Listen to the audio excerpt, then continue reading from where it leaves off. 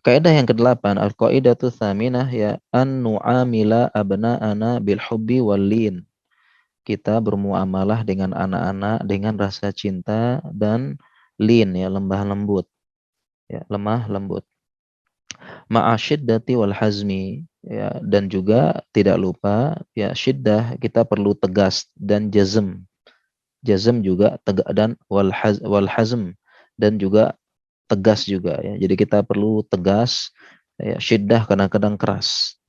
Ya, jadi wahuma qarinani mutalazimani, dua-duanya ini bergandengan dan saling melazimi, ada terus. La dhaddani mutanafirani, bukan dua hal yang saling bertentangan total. Ya, jadi kita mendidik anak memang dua hal ini perlu, dua-duanya perlu. Ya, dengan cinta, dengan lembut dan kadang-kadang kita perlu tegas juga. Ya, kita juga perlu tegas. Ya, jadi jangan sampai cinta cinta terus nggak pernah ditegur anaknya. Ya, demikian juga terlalu keras juga. Dua-duanya nih ada. Ya, dua-duanya ada. Ya, tapi hukum asalnya adalah lemah lembut. Hukum asalnya lemah lembut.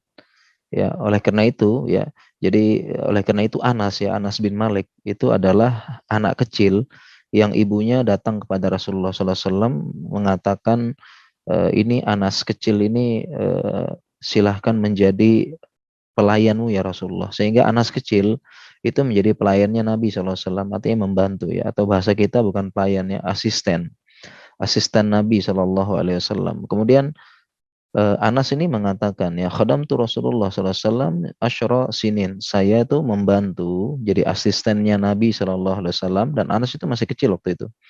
Selama 10 tahun. Ma qala li ya. Ya, selama 10 tahun itu Anas mengatakan Nabi tidak pernah mengatakan kepadaku Ya, artinya ini ungkapan marah, atau wala qala li syai'in lima fa'alta kadza. Atau tidak pernah juga dia mengatakan kenapa kamu begini? Kenapa kamu begini? Wa halla fa'alta kadza, harusnya kamu kan begitu. Jadi ini hukum asalnya. Bahkan Nabi kepada Anas ya, saat itu masih kecil, ya enggak pernah kasar. Ya. Nah, hanya saja di sini perlu diperhatikan Anas juga ya. Anas bin Malik juga saat itu juga anaknya baik, penurut gitu loh. Nah, tetapi ketika ketemu anak yang tidak penurut, ya kadang-kadang kita perlu syiddah. Ya, tapi hukum asalnya tetap lemah lembut, ya, nasihatin terus, tetap yang baik. Ya, intinya kalau syiddah keras itu jalan terakhir, jalan terakhir. Dan di situ kan yang termasuk cara paling keras adalah memukul. Itu kalau tidak sholat. Nah, beberapa penjelasan ulama, perkara yang paling besar adalah sholat. Ya, perkara yang paling besar adalah sholat. Nah, sehingga kalau yang lain-lain ya sekedar ngeyel, sekedar apa, ataupun kelamaan main-main ya, kelamaan main HP misalnya, itu perkaranya di bawah sholat. Jadi jangan sampai dipukul. Perkara yang paling besar adalah sholat, itu dipukul. Sedangkan perkara di bawah sholat, jangan bermudah-mudahan untuk memukul anak. Ya, ini perhatikan ya. Jadi orang tua banyak yang salah paham. Ya, banyak yang salah paham. Ya, muru auladakum bisolati abna'u sab'in sinin. Perintahkanlah anak sholat umur 7 tahun. Wadribu alaihim wadribuhum alaiha wahum abna'u asyri sinin, dan pukullah ketika berumur 10 tahun. Nah, sebagian orang tua salah paham dengan ini. Mereka berpikir kalau sudah 10 tahun bisa dipukul. Ya, padahal 10 tahun itu dipukul kalau nggak sholat aja. Dan perkara paling besar adalah sholat. Kita berarti jangan asal main pukul gitu loh.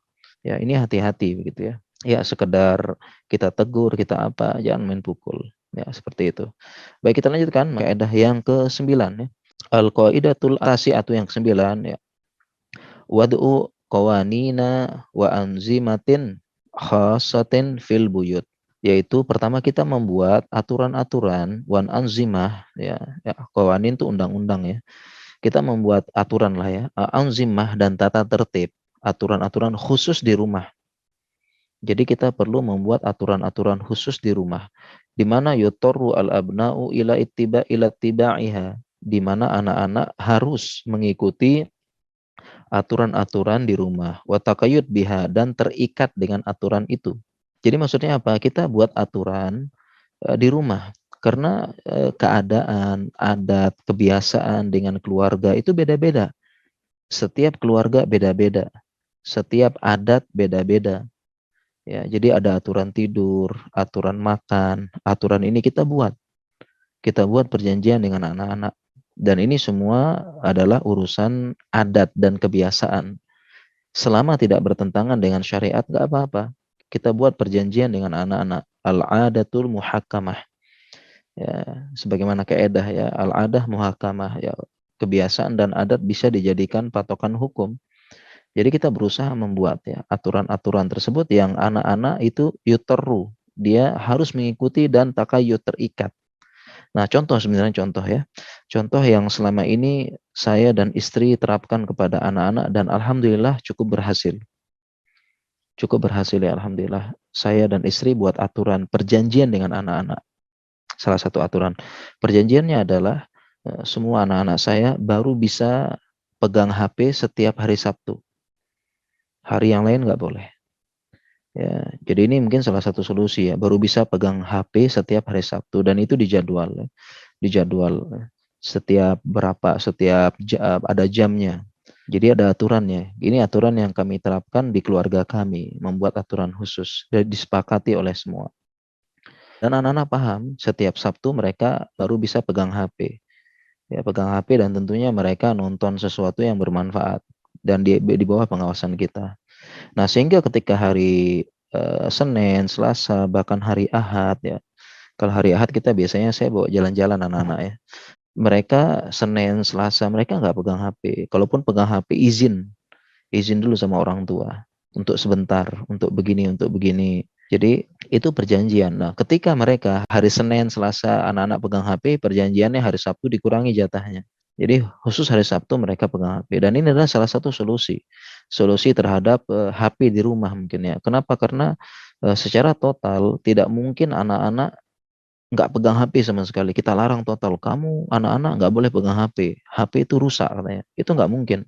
Bisa kita katakan tidak sulit, sangat sulit ya. Kenapa? Karena anak-anak setiap hari melihat kita pegang HP, melihat orang tuanya pegang HP, bapaknya pegang HP, ibunya pegang HP, anak-anak mungkin nggak bisa ya. Jadi mau nggak mau anak-anak harus ada jatah main HP juga. Ya mungkin nonton ya. Sekarang alhamdulillah ya banyak program-program bermanfaat di YouTube ya dibuat oleh teman-teman kajian ya.